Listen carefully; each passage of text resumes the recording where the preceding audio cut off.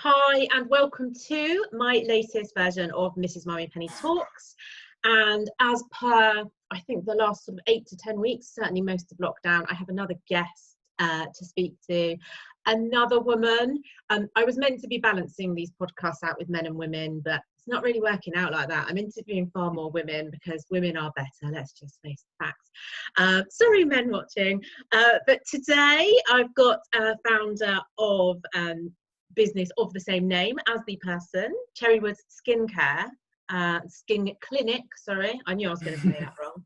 Cherrywood's Skin Clinic, who runs her business from Richmond. Now, I have to do a little bit of a preamble as to where we met, because we met on holiday in Corsica 3 years ago and basically drank a lot of alcohol and ate a lot of food together. Yes. Welcome to the podcast. Thank you. I'm an alcoholic. But the thing is the wine was unlimited, right? It was only unlimited if you continued to sit, do you remember, at the dinner table. So we continued to sit at the dinner table until literally they were clearing everything away. And they're like, and please dinner. Go to the bar. And we're like,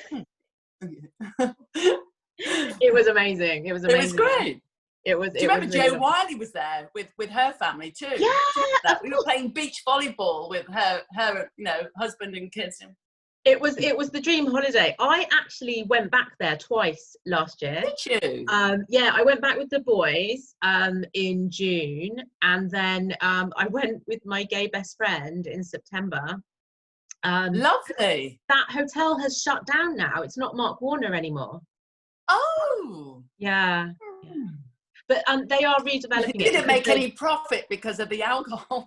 Because of all the alcohol we drank. Yes, probably. So we had a lovely week together. We bonded over our love of everything, basically, mostly wine, but obviously like beauty and skincare we talked a lot about, because you do look absolutely incredible. Oh, thank you. You always do in your pictures. Your skin is just glowing. I know you've got different lighting to me, but you look absolutely I might incredible. have a special light.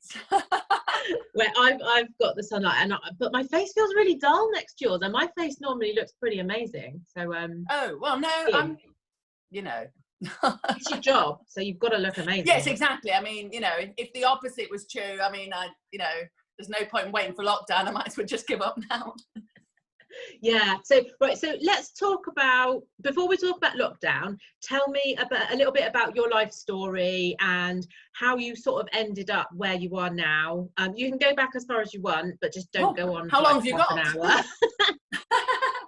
Oh, well, I trained like many beauty therapists. I did my training back in Lancashire, not like many beauty therapists, not everyone did their training in Lancashire, but I did 2 years training as a beauty therapist. Now back then, it's a long time, 29 years ago, it was very traditional training. So we did, we learned every muscle, every sort of origin, insertion, every tuberosity of the body. I mean, you really had to know your stuff. And your beauty course was everything from, your obvious facials and eyelash stuff and all of that. But also we did exercise. We did about posture correction. We learned how to give an exercise class. So I can give an aerobics class, but I'm so badly coordinated that, that was a bit of a joke. You learn all body massage and electrolysis, hair removal, and all of those things. So it's quite a sort of, full rounded training. And that back in the day, and still for a lot of therapists now, the whole beauty salon and beauty therapist is about sort of being almost a master of everything. They sort of, you have so many different things that you do under your belt. But about 15 years ago, so my ex-husband is a journalist and works for Sky News, And so when I met him, we didn't long after I met him, we moved to America. I lived in Washington, DC for 5 years. So I sort of, quit everything and hoped that I could work out there. And Sky News messed up my visa, so I wasn't formally allowed to do the job that I was trained in. But I was allowed to do courses, and I basically sort of trained a lot more in advanced skin modules out in West Virginia, very unique things about hormones and the skin and all sorts of things. And what I actually ended up realizing is not only did I really enjoy all this amazing science and understanding the skin a lot more than my traditional training and where I'd been working in more spas and things like that. But I also realized I had a massive gaping hole in my knowledge. and when I was out in America, I unfortunately developed acne rosacea. Developing anything bad on the skin as a beauty therapist is their worst nightmare. Yeah. And I realized I didn't know what that was. And I had to go to a dermatologist in DC and walk in and say, I'm a skin specialist, but I don't know what this is. Well, you're not really a skin specialist, are you? So actually I just kept training myself when I was out there, and I did work a little bit undercover as well, at a salon on Capitol Hill, which is rather naughty, but That's been interesting. and so when I finally returned, I wanted to be self-employed, and I worked from home. But what I realized is I started doing everything, the waxing, the manicures, the everything. And then because of the knowledge that I got and developed out there, I realized that I don't like doing manicures and pedicures. I don't really like waxing. And it started to show on my face with my clients. Like, do you like this, Cherry? And I'm like, I prefer facial, and actually I just thought to myself, well, I'm self-employed, nobody's putting a gun against my head. Why are you forcing yourself to do treatments you don't like doing? And it just naturally happened that I just started to specialize in this bit. I still did reflexology. I love doing that holistic treatment, but basically it's just this. And of course, I just got busier and busier. And of course, if I did everything now, I would probably be doing a lot more work, ironically. But I specialized, and I know I realized, because prior to not specializing, I actually thought I was just falling out of love with my business. And a lot of beauty therapists like me get burnt out, because it's a very, if you really get connected with your clients, not all clients are amazing, and everyone has a lot of stuff going on, and a lot of people bring that to the therapist. We end up being a bit psychologists, counselors and everything. And, some therapists just get burnt out, not just because they work for an owner that books them back to back, and they work, goodness knows how many hours a day. And it's because you give everything, you give yourself, it's a service, it's a face-to-face, So actually, I thought I was falling out and just getting a bit tired and bored with what I was doing. But actually what it was is I was, I just hadn't found my thing. And my thing was facials, and now I love what I do. Yeah. That's interesting what you say about the sort of therapy side of it, because so I obviously have my nails done. I don't really use my nail person as a therapist, but I have a woman who does like a massage, and then she does some Reiki on me, and she uses crystals. Right. Yeah. Real holistic, beautiful therapy, and she pulls like angel cards at the end of it. Okay. Yes. Yeah. It is a total mind and body experience. It is just the most amazing thing ever. Shout out to Sue Anderson of Body Bliss Therapy in Stevenage. She's so good. But I haven't. So at the moment, we are not allowed to have anything done to our face. Correct. So lockdown, and this is actually why I invited you onto the podcast, because I saw you do an interview on Sky about the beauty industry and how you overall are being impacted about just this most ridiculous situation of inconsistencies where You're allowed to get your hair cut. Men are allowed to get their beards sorted. You're allowed to go to the dentist. All this stuff is happening. You're allowed to get your nails done. You're allowed to have waxing on any other part of your body that is face. But men are allowed to have their hairline tattooed. It's just ridiculous. So, and it strikes of sexism, and it just strikes of damn unfairness to every beauty therapist and spa out there in the country who were already hugely impacted by lockdown, and now a huge part of their business can't carry on. Like, it's incredibly frustrating. Of course, you know, originally we were given the date the 4th of July to return, and just about everyone else in our close contact sector did return, hairdressers and tattoo artists and nail bars and etc. And we were like, well, you know, we're just waiting. And then eventually, like a couple of weeks later, they let beauty salons return with the caveat, don't touch the face, which, you know, but we still saw in the guidelines for hairdressers that men can have their beards trimmed. And then when there was all this uproar, they changed that men can have their beard trimmed, that actually the wording was no intricate detailing can be done.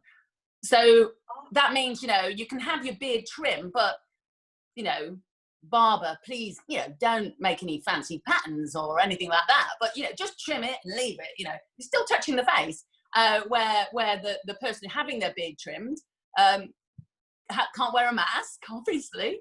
So that was frustrating. And then, of course, we were all given this 1st of August date for our return. We're overwhelmed, excited. Well, I mean, you know, when you've been not allowed to work for such a long time, it's really hard to sort of get your motivation back going, I almost haven't worked for 5 months, but I'm going to try and be excited, you know.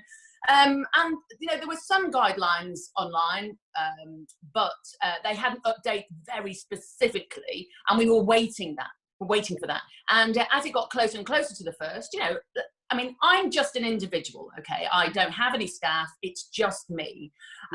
So I didn't have to unfurlough staff. And also beauty salons, they don't just have employees. They rely on something a bit like bank staff, a bit like childminders have, you know.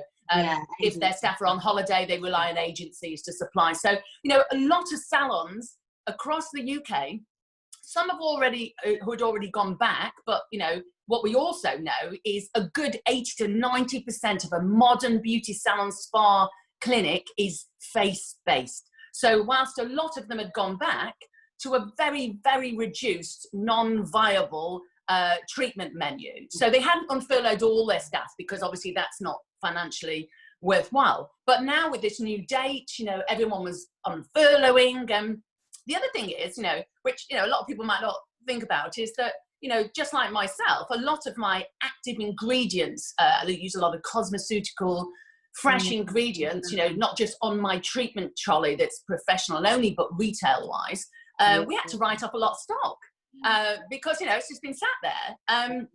So, you know, a lot of salons across the UK, including myself, in, you know, lieu of this, you know, 1st of August, were all putting orders in, filling up the shelves, filling up your professional trolleys, getting rid of the old stock, you know, writing it off, unfurloughing staff, booking bank staff that they can't cancel, you know, because this was no less than 24 hours notice. It was, he announced that at lunchtime on the Friday, and salons open at 9 o'clock on the Saturday. So adding insult to injury for, you know, an industry that has hardly been able to work, or in some cases, facialists like myself, you know, haven't been able to work. And now they've incurred, potentially, if it's a bigger salon, thousands of pounds loss. You know, it's devastating. I met up with them on the Friday afternoon. I met up with a local salon owner who does have staff, you know, so I feel for them, you know, because it's such, you know, it's a lot of pressure on them. And she just I mean, everyone was just in tears. It's just, and still not having a date, you know, not being able to have a date. But, you know, footballers are back. you know, I mean, Boris had me at the beginning. It's like, you know, everyone, you know, there's a lot of deaths. We understand this. This is a very real virus. We're all locked down. We're all in this together. Okay, fine. And eventually they sorted out that there was going to be a grant that we could, you know, lock into, which is great. And there's another one coming, you know.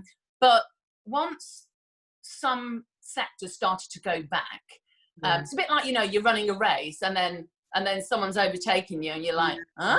And so, like, footballers, oh, but listen, Cherry, you just sit tight. It's just the nation needs to be entertained. Is that okay? I know you've got a mortgage and a child, but if it's all right with you, we're going to let those footballers go back, because I think you need to see the bigger picture, because, you know, men need to be entertained, and, you know, that will just make everything all right.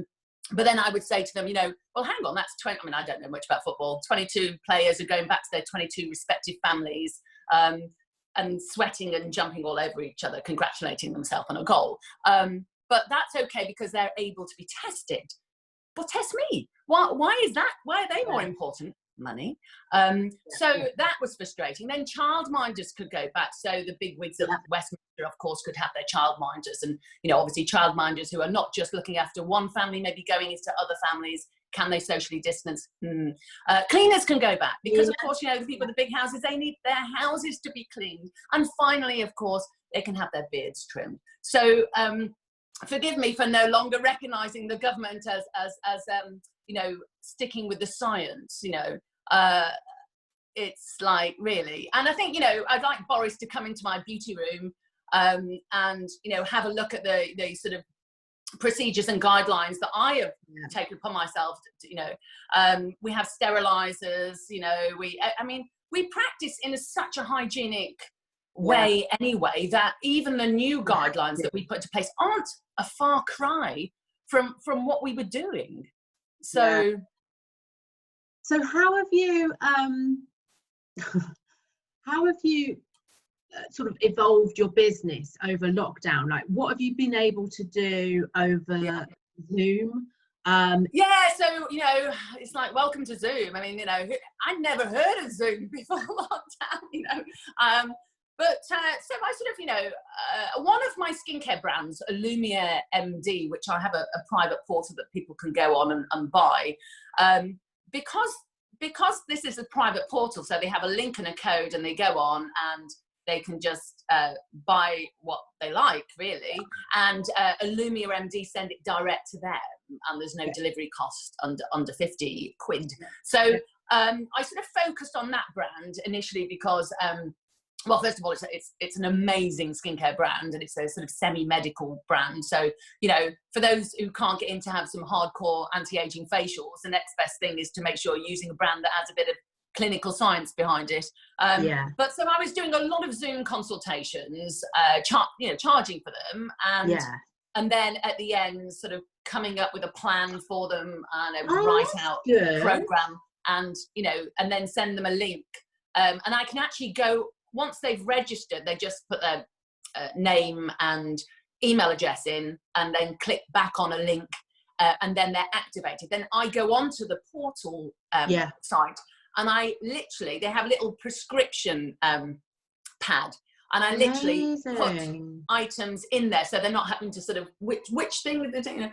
And I also then write all the information. You must use this. Don't start using that until this, and you know. And so the information is all there. And then when I message them to say your prescription pad's all ready, go on, have a look, any questions, email me, and they can just go and buy that. And obviously I'm not encouraging people to buy things that I haven't recommended. That's really important to say. But it's been an absolute gift, really, because it was really the only thing that I could do. I mean, now I can be in the salon doing consultations, doing reflexology, doing back facials, and, you know, doing peels here. You know, which is quite good because we've all been in the garden sunbathing. Now we've got sort of pigmentation. What's it called? What's the word for it? Decolletage. Yes. Yeah. So I can sort of do this bits and bobs I can do, none of which, you know, going forward long term are viable for paying a high street rent. But you know, it's encouraging to be able to do something. But I think, you know, the problem is you know, what the reason I think no thought and attention has been given to our industry, I think, you know, who knows, at Westminster they just think we're just putting cucumber on someone's eyes and they're just going for a fag or something. And you know, I don't know, it just sort of feels like they're just trivializing an industry. Our industry, of course, isn't made up of huge, big, giant players with money and clout at Westminster. So there's nobody really lobbying for us. It's kind of made up of some bigger but smaller groups, and of course so many thousands and thousands of proud, independent, entrepreneurial women who just want to work. They don't want handouts. Of course, we're going to take a grant if you're eligible for it, but we don't really want that. We just want to go back. And the thing is, we thought the government, you know, have this clever way of, you know, there's no appetite for a blanket shutdown again. So where is this clever, unique way for track, trace and testing so that we can work with our councils, local councils? We're all COVID secure as much as one can be. It's all about reducing risk.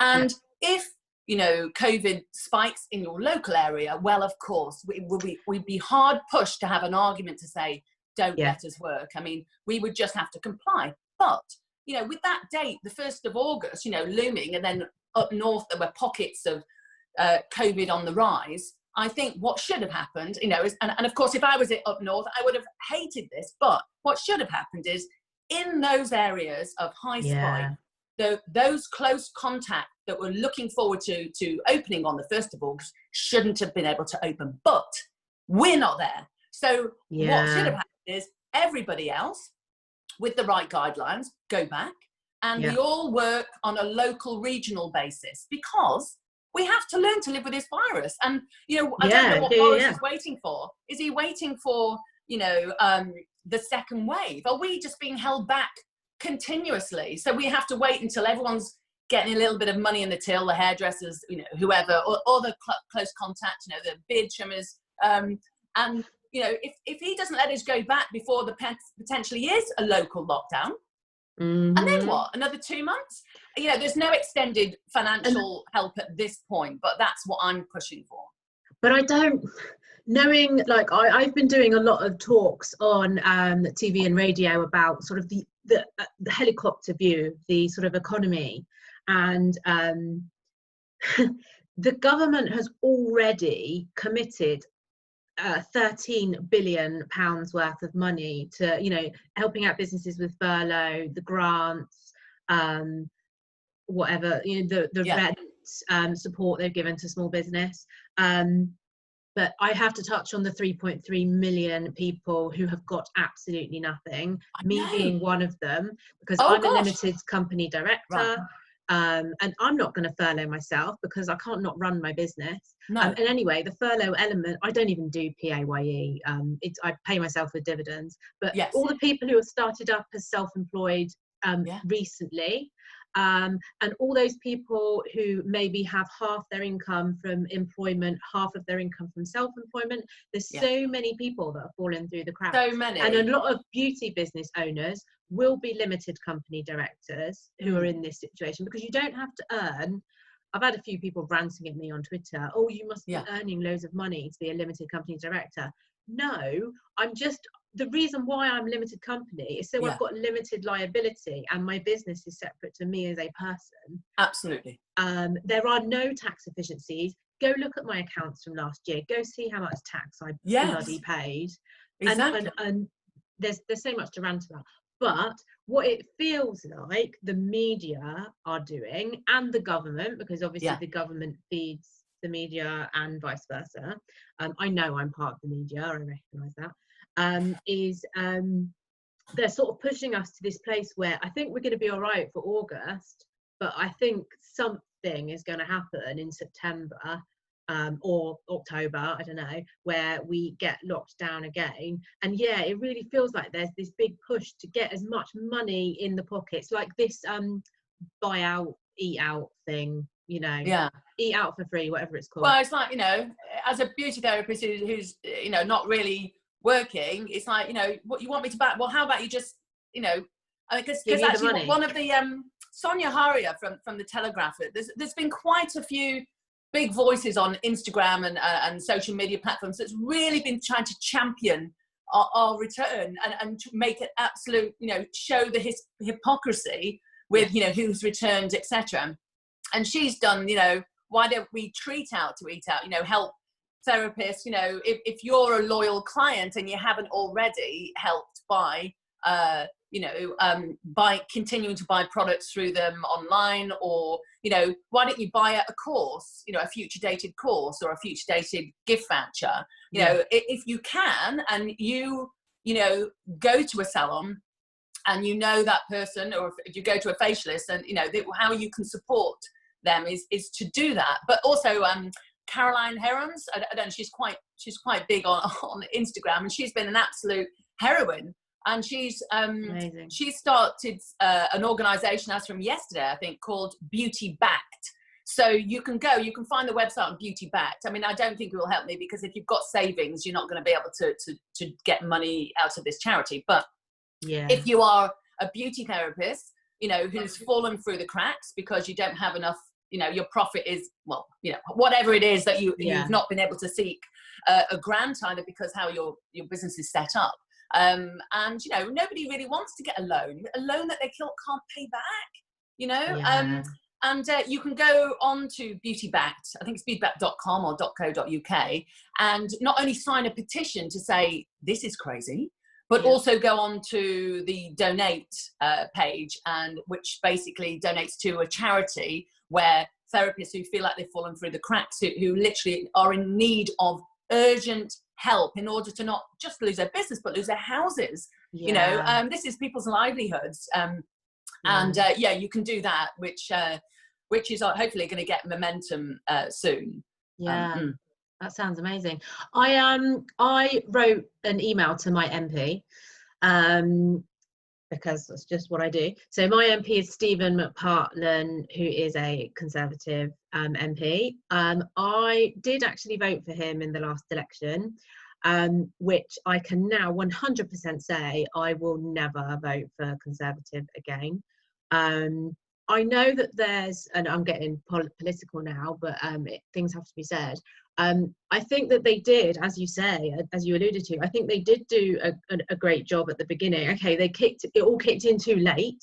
Should have been done at least 2 weeks earlier than the 21st of March, whatever it was. But it was an unprecedented situation. So how on earth do you deal with that kind of situation? I wouldn't want to be Boris Johnson. And then he got really ill, and apparently he was on death's door. He was very close to dying. We got through that, but I just think all the things they're doing now, there's so many cracks, there's so many businesses that are going to go under, and there's so many people who are going to be in financial ruin from you know, when furlough ends, because I don't think that the economy, how will it carry on pumping money back into the system? And as you say, we've got this virus around for, we're not going to get a vaccine for at least another year, 18 months. I know, but also, this rush to get this vaccine that's being rushed, would you have it?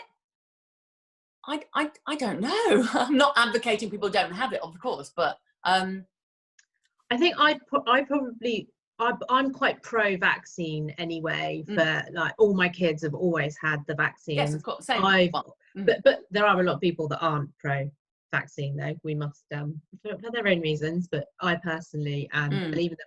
But then I've spoken to a lot of people recently who have sort of immune problems with vaccines as well. So vaccines make them really ill.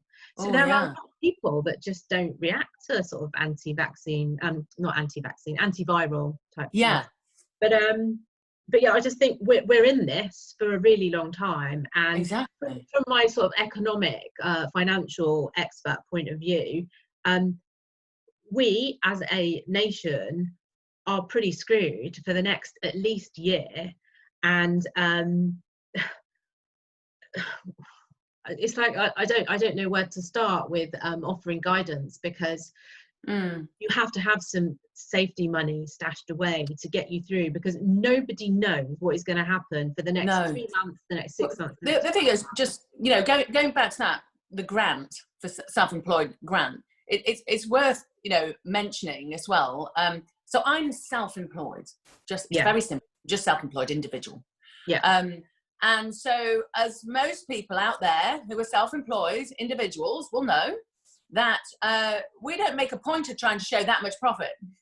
You know, we're not, unless you're trying to sell your business or get some investment. So you need to make sure that you're not, you know, and it's not that we're not putting anything legal. You know, you put your Wi-Fi through. You put everything you can possibly put through your business. You live through your bank account.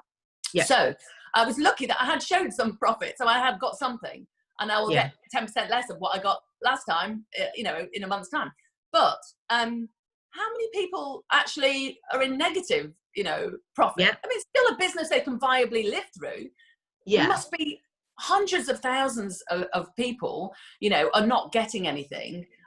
So, you know, that's quite worrying. And I think, you know, here's the other radical thing is, obviously, you know, we are the last to return, and we've not returned, and they're saying the 15th at the earliest. Do I believe that? There's hope, because, you know, if they don't give us, if they do that and then say no, or, you know, there's no obvious reason for not letting us, i.e. there's nothing spiking locally, then I think there is going to be a point, I'm not saying me, there is going to be a point where you have to put your family, your house, you know, your business first. And as a, you know, reasonable, intelligent adult that is educated and knows how to limit risk, because we've worked and trained, you know, in our industry to control the spread of infection. That's kind of what part of a huge part of our training. Not this virus, but hepatitis, AIDS, lots of other things that we have to be careful if we are drawing blood. And that's something that we are not just trained to do, but we have to be insured to do that. So then we have a governing body that makes sure that we are trained, so that we can be part of that governing body, which represents to the public insured, a secure business. And only then can we be licensed, because we have to then bring all of that certification to the council to get licensed. So really, it's, you know, I think, you know, if they don't, the point is, I'm talking about, you know, leaky therapists. The point is, would you blame a therapist if, you know, in another month's time, and we're approaching 6 months of not being allowed to work, especially those space-based industries? At what point do intelligent, educated business owners say to the government, I don't recognise you know, what you're doing. I don't recognise your authority. And unless you give me money that will, you know, make up for a massive shortfall, I mean, what I'm getting will probably amount in total to a month and a half's wage. And I am being asked, please, Cherry, stay at home for the great and the good of the country. But we're just going to give you, over 5 months, a month and a half. Is that all right? Well, it's not. You know, so obviously I'm you know, pushing other aspects of my business, but, you know, at some point I can tell you, if they don't let There's if a they don't let them go point. back, Point, I mean, people are just going to say, okay, you know, clients, do you want to come and have a facial? And you know, I don't think many people would blame them. You know, and it's just it's a shitstorm. It is. It really is. I mean, I'm laughing now, but of course, you know, Sky News did that package that ran all of Saturday. They called me on Friday to say, can you do a 110? Were you crying in a video? Did you cry in a video? Well, no. I mean, so the interview, they called me to say, will you do an interview on the Saturday? That Saturday just gone at 110. Yes, that's fine. Great. And then about an hour or two later, somebody else called me from Sky to say, actually, we'd like to run a package, if you know what that means. You know, when you go and watch news, there's a little, you know, package run with a presenter, and, you know, I'm so used to working with a journalist, I just expect everyone knows what that means. So they wanted to come to the salon and the room to do some filming, and we were there for about we were there from about 7:30 until 9:30, so it took forever. It was a big, long interview, and I said lots of really meaningful, important things, but at one point during the interview, I mean, obviously presenters, reporters are very good at sort of trying to, how sad are you? So Right. really Cry on camera. I was quite emotional because I'd only just heard, the news a couple of months, so, it didn't take much, Yeah. Such a crier. Of course, then 7 o'clock in the next morning, I thought the first package will be on at 7, and of course, the little intro, when they say what's coming up in the next hour, and immediately when but oh my God, I'll be known as the crier. And then my ex said, well, what did you expect? If they, out of all of, they don't care about you saying it's 7 billion contribution to the UK economy and all these amazing facts. My ex said, you're crying. It's going to be on. Yeah. So, but that, I mean, it is what, and of course, when they did my interview, the live interview, the first thing she said, we've just seen you in a package just now.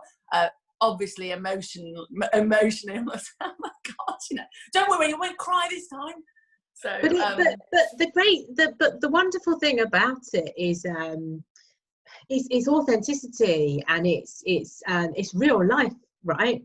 And I fully believe the types of business that will do okay out of this, and who will succeed and who will be strong, are the ones standing up and putting their hands up and saying, no, this really isn't right, and those who are being really authentic and real, because like, nobody wants to follow some fake person on Instagram, do they?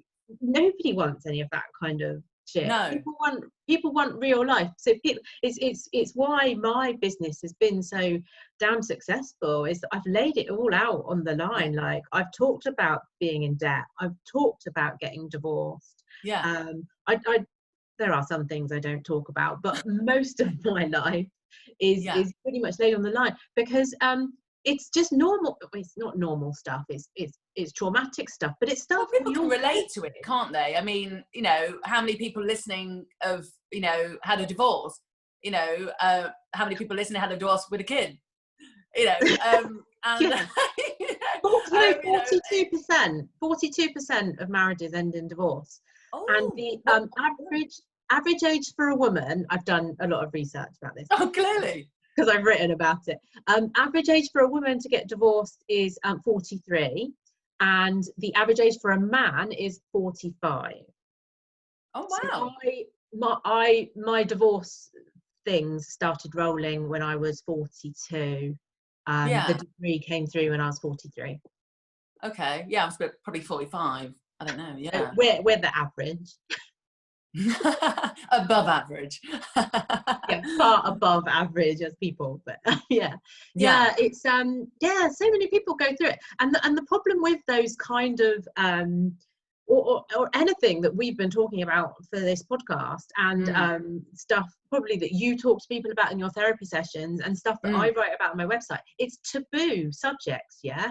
It's the stuff that people are really full of shame to talk about. People will never talk about money or death or disease or divorce and all these D words.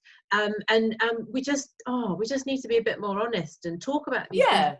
I think when you go through a divorce, and because we're all victims in some way of trying to we always want to present our best self. We don't want to say things that shine a bad light on us or don't make us look, that's why I think Instagram is, has been so successful. Some people, I mean, there's a lot of people that actually quite like looking at perfect lives, or look at my perfect life, look at my perfect filtered life, but I think people are increasingly now more interested in feeling a connection. And with this lockdown, I mean, you talk about the touch-based services, with this lockdown, one thing, I mean, I love doing what I do. And what I've realized is I miss touch. I know that sounds a bit creepy, but, I get almost as much back from most of my clients that hopefully they get from having the treatment. Now, we've all been locked down, and this sort of sense of disconnect, physical and potentially emotional disconnect. And a lot of the clients coming for treatments are not just enjoying, quite frankly, being out of their house with their crazy kids and crazy life, and lying in a beautiful, relaxed, sanitary room with beautiful music and lovely smells, and hopefully in good hands, and enjoying that contact, you know, that touch. It's incredibly powerful, and I missed, you know, doing it, because my clients, the feedback I get when you're self-employed, there's no boss. I don't have a boss saying, "Oh, good job, Cherry," you know, you're employee of the month, you know, such a good job. Did you see how well she liked that? You know, no, it's me. So unless I sort of have a chat with myself at the end of the day saying, you know, did such a good job, you know, but my clients give me that, you know, which maybe feels quite self-indulgent, but you know, they give all they have. I mean, I don't need a tip. Sure, tip me, why not? But you know, my tip is always, you know, clients who, well, actually just their loyalty is a tip, you know, because, you know, nobody's forcing them to come back. So I kind of, I've realized that during lockdown that I've missed, you know, like contact. And even though when you meet up with your friends now, you know, you don't know whether obviously you can't go in for a hug, but you know, you're like, at what point in the future will that be okay publicly, you know, without hearing a gasp around, you're not allowed to hug. I mean, it's like, it's kind of quite devastating, don't you think? This, that we've lost the power of touch, and we've lost the power of connection. And when's that going to happen again? It's I was watching a psychologist talk last night on TV, and she was talking about the human race is going to have to go through a huge evolution at the moment, because we're just going to have to learn new ways of you know, greeting people. And like you can't in a business meeting, you can't shake somebody's hand anymore, and it's stuff we've been doing for like our entire lives. So to get yourself out of that pattern of how you do things is going to be a huge challenge for people. And it's just I just don't know what lies in the future. So the other thing I noticed is you know, because we're all wearing masks, and you know, we use the face is so important, isn't it?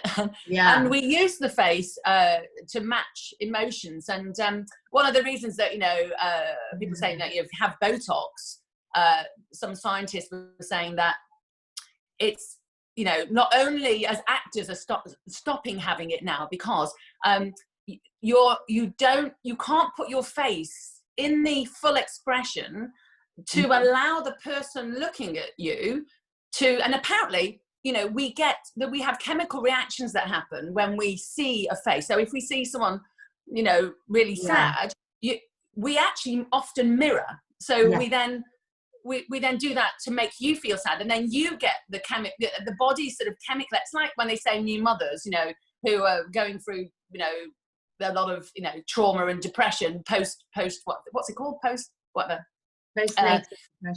depression. And you know, your healthcare provider says, just force a smile, just actually do this, actually smile, because apparently it actually triggers your endorphins, and then if you put your face in that position, eventually your body will feel it.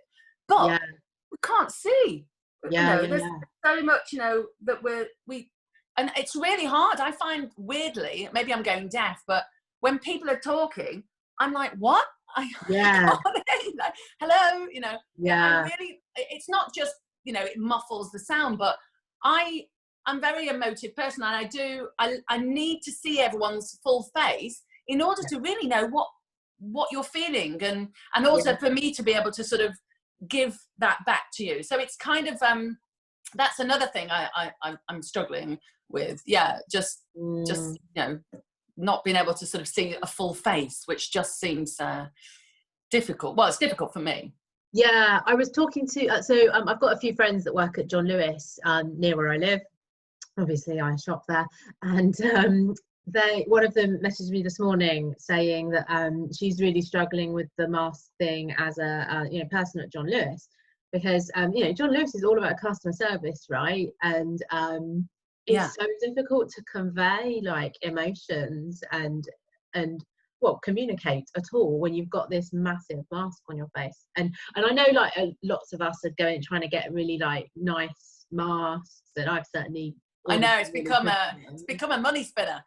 I know, it's your late. I was thinking yesterday, what essentials do I have in my handbag? So I've got hand sanitizer, my mobile phone, a mask, and keys, and my card wallet. Those are the 5 things I carry at all times. Like how life has changed. 2 of those things are like COVID related things. I know. Okay, one of the guidelines at the moment, the guidelines for our return, and it might change obviously when they can be bothered to bring us back, is we must wear a visor. Oh yeah. But we don't in addition have to wear a mask, but you can't just wear a mask. So it's either a visor on its own, as long as it wraps round, yeah, and a mask, your choice. Yeah. But you can't just wear a mask. Right. But the idea of wearing a visor and, you know, in a warm beauty room is, you know, in some ways, thank goodness I'm not working on Saturday, one of the hottest days of the year. Yeah. But yeah, no, it's yeah, I mean the visor thing is, you know, I think that came from the people who put together those sort of guidelines, or sort of the head medical officer, and as far as I understood, one of our governing, so BABTAC is a governing body for beauty therapists and cosmetologists that provide insurance and provide, you know, that kind of thing.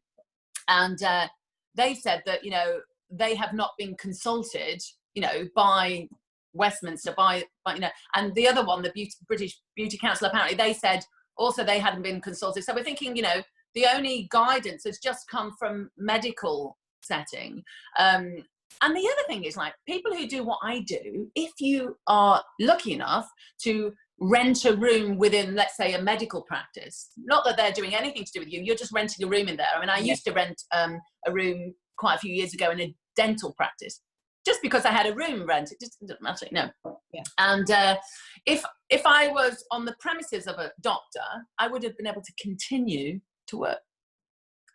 So that's irritating, which is nonsense, really, isn't it? Because, you know, if it's, you know, it's not like that doctor's coming in and guiding me, you know. So, and ultimately it's the same treatment. Yeah. So it's very frustrating. But hopefully, everything going to plan. You should have some more news. Was it the 14th or 15th? The 15th, and you know, if there's no what we need well before the 15th, like, you know, I'm constantly following BABTAC, and that is we need the guidance on the government website ready to go a long time before the 15th, you know. And well, if it's not, realistically, that's probably not going to happen, knowing what has happened recently. Yeah, I mean, you know, at this point, I'm not hopeful. Well, no, I am hopeful. Yeah. But I'm just trying to not. I'm not going to have that emotional sort of roller coaster of, you know, if let's be honest, you know, if we haven't got guidance 2 days before, then I expect a lunchtime on a Friday announcement from Boris to say, "Oh, terribly sorry." But there's always hope, you know. Yeah, I think that's because we need to end this on a positive. There's always hope. Yeah, there is always hope, and hopefully the sort of rumour mongering with a second wave, you know, fingers crossed it doesn't happen, because I really hope, like a lot of positive steps have been put in place, like, although I don't really see many people wearing masks, but anyway, we won't go into that. I'm wearing mine, and I just hope it's not as bad as what everybody's making it out to be. And I just sort of pray that people, from a financial point of view, if they have got a little bit of extra money at the moment, sort of think quite consciously about what to do with that extra money. So firstly, I would say preserve yourself and make sure you've got an emergency fund in place, because we don't know what's going to happen in the future. And that emergency fund should be at least 3 months of essential expenses. 6 months is better. I've got 6 months and I only feel secure with 6 months. And that's just money that literally sits in an instant access account. It earns bugger all interest, but I can get it if the shit hits the fan. Yes. And then also, I'm going to say, and I've been doing this all throughout lockdown, if you're going to spend money, try to spend it in small business that actually need it, that you feel might be struggling. Definitely. Try not, just don't push money into Amazon and all the Tesco's and all the, I should say that because I'm in the Tesco magazine this month. I'm writing about lockdown money, but I'm sure they'd forgive you for that, because at this point, local independent businesses on the high street, before it's changed forever, before we walk into the high street and find out that, you know, God bless Tesco's, I mean, you know, it's my local, but that's all we have, you know, because all those lovely little boutiques have gone. Yeah, Tesco's will always survive. I mean, they've been through many a storm. I used to work for them. But yeah, that was my first, no, I worked for them from 25 to 30 in their head office. But the big companies will ride the storm, because they will maybe shut a few branches, and I know a few people will lose jobs, but the overall sort of mothership of John Lewis or Tesco's or Aldi, they will all survive. But yeah, the small companies with just small businesses with, you know, one high street location or one website, whether they be beauty or making products or stationery or therapists or whatever, just try to push your money. No, I mean, where I live, which is only, you know, half a mile from where I work, in a lovely little West London village, I would say, called St Margaret's. And it's made up, other than Harrison Hall and a Tesco's Mini or Metro, whatever. But pretty much every, you know, and there's a lot of coffee shop. We like our coffee here. And there's a clothing boutique, and there's, you know, there's arty hairdressers, and they're all independent, all of them. And, you know, it would be absolutely awful if, you know, any of them weren't able to survive. And actually, even in Richmond, there's still, I mean, I don't know how they do it, but there's still some really lovely, one of my favourite clothing boutique is Feather and Stitch, which is is in Richmond. It's just such a really well thought out, you know, ladies style boutique where they actually style you as well. And, you know, you just want everything, you know, to be saved. So as you say, you know, how long is this virus going on for, you know? But I honestly think, my hope is we've learnt a lot, you know, hopefully the government has. And yes, you know, there's going to be a little, you know, because there's something, and I think that's happening really because there's a lot of people have massively locked down and have not in any way been exposed to this virus. Having said that, there's a lot of us, like myself, you know, who it's unimaginable that we haven't at some point been exposed to this virus. And a bunch of things will have happened. Nothing. Got slightly sick, got very sick, and unfortunately, you know, the worst case scenario. But, you know, we also know that it doesn't really affect the kids unless they have underlying health, you know. So please let the schools go back in September because, you know, how can I work if the schools don't go back? And yeah, we're not even touching on the mental health issues that so many kids are going through. Like, oh my God, school is often the only safe place for a child to get to, and food and but yeah, that's a whole nother subject. They're going to go back. They're going to go. Stop. We have to stop. Okay. In an hour. It's 11:14. I said we had to stop at 11. Right, now what you need to do is share where people can find you and follow you on socials and stuff. So obviously my Instagram is @cherrywoodskin. So that's my main. I don't tend to use any other social forums than that. cherrywoodsclinic.com is my website. You can book Zoom consultations and get prescriptions for really some hardcore hitting skincare, you know, going forward. And that's it, really. That's me. And fingers crossed, you get back open on the 15th of August. And absolutely. Once summer holidays are out of the way, I'm coming down to Richmond to get you to sort out my face. Yes, Well, lovely. My face is lovely, but I'm sure it could benefit from some kind of anti-aging treatment, because it's all about looking younger. Yeah. I know. Well, all the stress is horrendous for the skin. So So yeah, come down. Definitely, it'd be lovely to catch up. I'll take it's a pretty long trip, but I don't care. I could probably drive it actually quicker. I could probably drive it. Do other things, you know, go to Richmond Park. It's lovely. Oh, do you live near Kew Gardens? Oh yes. I can walk to Kew Gardens from here. Can you? Mm. Oh my God. So there's lots to do around Richmond. Come to Richmond, have a treatment. Spend a day. Yeah, and we could have lunch as well. Yes, Ivy. We just planned a perfect day. Okay, they take your temperature there now, actually, which is obviously interesting. Good. Yeah, that's good. Well, you know, makes you feel a bit, you know, a bit miserable. Yeah.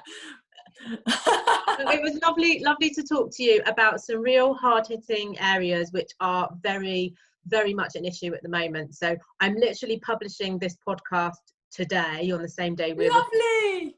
Thank you. Lovely to talk to you too. I'm going to upload and press it now. So hopefully the internet gods are friendly. But yeah, thank you ever so much for talking to me, and I will speak to you soon when I book my appointment. Speak to you soon. Bye. Jazz hands.